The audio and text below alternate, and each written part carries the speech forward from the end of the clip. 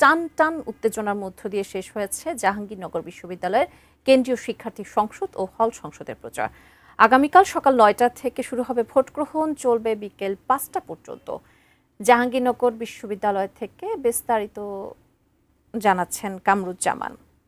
কামরুজ্জামান, যেহেতু প্রচারণা শেষ হয়েছে, আগামীকালকে ভোট গ্রহণ সকাল ৯টা থেকে শুরু হবে এবং চলবে বিকেল ৫টা পর্যন্ত। সে ভোট গ্রহণের সর্বশেষ খবরাখবর জানাবেন, প্রস্তুতি কি সম্পন্ন হয়েছে কিনা?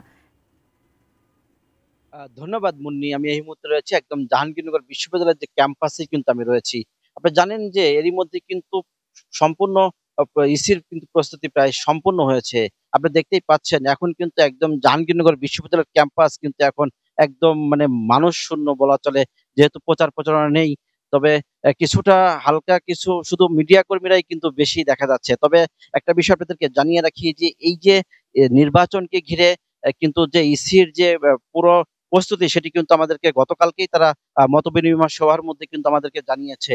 তবে একটা বিষয় আমি বলি যে এই ১১,৮৯৬ জন ভোটারের মধ্য দিয়ে প্রায় ২,২২৪টি কিন্তু বুথ এবং ৪৭ জন পুলিং অফিসার তারা কিন্তু এই নির্বাচন কিন্তু তারা গ্রহণ করবেন। এবং এছাড়াও যে বিষয়টি আমাদেরকে জানিয়েছে ইসি, যেমন আপনাদেরকে একটা বিষয় জানাই রাখি যে এই যে প্রায় ১২০০ কিন্তু সাদা পোশাকে কিন্তু এখানে প্রায় ১২০০ প্রশাসনের পক্ষ থেকে ১২০০ পুলিশ থাকবে এবং সাদা পোশাকে কিন্তু বিভিন্ন সংস্থা এবং গোয়েন্দা সংস্থা থাকবে। এছাড়াও যে আমাদেরকে একটু জানিয়েছে যে সেনাবাহিনীর স্ট্রাইকিং ফোর্স হিসেবে তারা কিন্তু আবেদন করেছে এবং প্রয়োজনে তারা কিন্তু তাদেরকেও ব্যবহার করবে এবং পর্যাপ্ত পরিমাণ পুরুষ ও নারী আনসার থাকবে এবং জাহাঙ্গীরনগর বিশ্ববিদ্যালয়ের যে সমস্ত প্রশাসন আছে তারা কিন্তু কাজ করবে এবং গোয়েন্দা পুলিশও কিন্তু থাকবে। এই যে সম্পূর্ণ যে প্রস্তুতি সেটি কিন্তু আমাদেরকে জাহাঙ্গীরনগর বিশ্ববিদ্যালয়ের যে প্রশাসন তারা কিন্তু আমাদেরকে জানিয়েছে। এছাড়াও যে এই যে ভোটাররা কিন্তু এখন সম্পূর্ণ তাদেরই কিন্তু এখন ডিসিশন যে কাকে ভোট দেবে, কে হবে ভিপি।